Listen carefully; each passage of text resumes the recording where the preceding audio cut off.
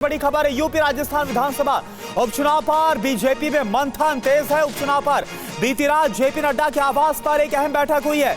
अमित शाह समेत राज्यों के प्रभारी इस बैठक में मौजूद रहे। बैठक में यूपी पर करीब 1.5 घंटे तक चर्चा हुई, जहां पर 10 विधानसभा सीटों पर उपचुनाव है। प्रदेश से आए प्रत्याशियों के नामों पर चर्चा की गई है। देखिए तस्वीर आपको दिखा रहे हैं हम, जो बैठक हुई है, तमाम जो नेता है वो पहुंचे हैं जेपी नड्डा के आवास पर।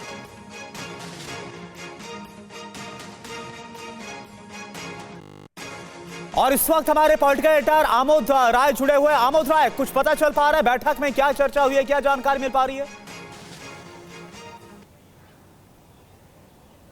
बिल्कुल, देखिए करुणा, बैठक में यूपी को लेकर जो 10 सीटों पर उपचुनाव होने हैं उस पर एक एक सीट पर चिंतन मंथन किया गया और किस ढंग से वहां जो सामाजिक ताना बाना है उसको जोड़कर उम्मीदवारों की जो सूची वहां बनाई गई थी उस पर चिंतन किया गया और उस पर एक तरह से मशवरा किया गया कि आगे क्या किया जाना चाहिए। लेकिन सबसे अहम बात यह है, उत्तर प्रदेश की अगर बात करें तो वहाँ जो अलायंस पार्टनर हैं, खास करके निषाद पार्टी की बात करें और आरएलडी की बात करें तो वो भी सीट मांग रहे हैं चुनाव लड़ने के लिए। तो मीरापुर जो बिजनौर जिले का एक सीट है, बिजनौर लोकसभा क्षेत्र का एक सीट है, वो आरएलडी को देने पर विचार हुआ और लगभग ये फैसला हो चुका है कि आरएलडी को बीजेपी एक सीट देने जा रही है, वो है मीरापुर की सीट। और दूसरी बात, जो निषाद पार्टी सीट मांग रही है, 2 सीट मांग रही है, उसमें से बीजेपी ने विचार कल किया मिर्जापुर के मझवा सीट को दिया जा सकता है, लेकिन बीजेपी अभी उस पर मंथन करेगी, चिंतन करेगी, क्योंकि बीजेपी के पास वहां प्रत्याशी है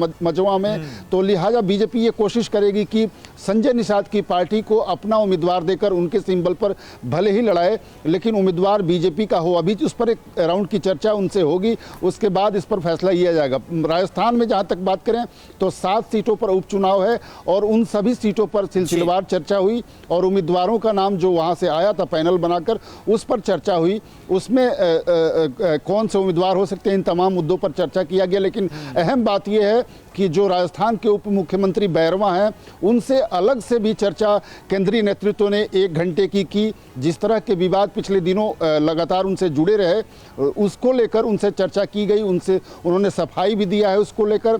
और ये कहा गया, बताया जा रहा है कि उप मुख्यमंत्री को ये नसीहत दिया गया कि आप विवादों से बच कर रहें, क्योंकि विवाद करने वाले लोग उनके पीछे पड़े हुए हैं। तो इस तरह से ये 2.5 घंटे की जो बैठक चली उत्तर प्रदेश और राजस्थान को लेकर, उसको करीब 10:30-11 बजे रात तक चली और इसको कंक्लूड किया गया। बिल्कुल आमोद, तो यूपी के 10 और राजस्थान की 7 सीटों को लेकर मंथन हुआ है और यूपी में जो सहयोगी हैं, जो साथी हैं, उन्हें कौन सी सीट दी जा सकती है, क्या हो सकता है, इन तमाम बातों पर चर्चा की गई। बहुत बहुत शुक्रिया आपका इस पूरी जानकारी के लिए आमोद।